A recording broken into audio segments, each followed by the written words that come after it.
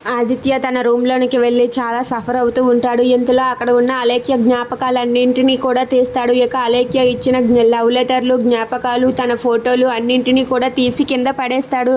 ఇక లాస్ట్లో ఉన్న అలేఖ్య ఫోటో తీసి తనైతే చాలా బాధపడుతూ ఉంటాడు. ఇక తన ఫోటో చూసి తనైతే ఒక్కసారిగా అక్కడ ఉన్న ఒక లైటర్ని తీస్తాడు. ఇక ఆ లైటర్ని తీసి ఆ ఫోటోని కాల్ చేయాలని చెప్పి తనైతే అనుకుంటాడు. ఇక అక్కడ ఉన్న అలేఖ్య ఫోటో చూస్తూ ఆదిత్య అయితే చాలా కోపంతో రగిలిపోతూ ఉంటాడు.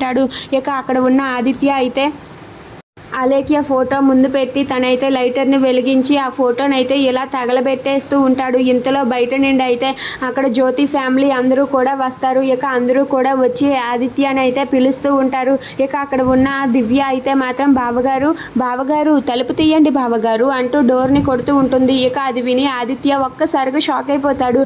ఏంటి బావగారు అంటుంది, ఎవరు వచ్చారు, ఆనంది వాళ్ళ చెల్లి ఏమైనా వచ్చిందా అని చెప్పి అలా చూస్తూ ఉంటాడు. ఇక బయట అందరూ కూడా వెయిట్ చేస్తూ ఉంటారు.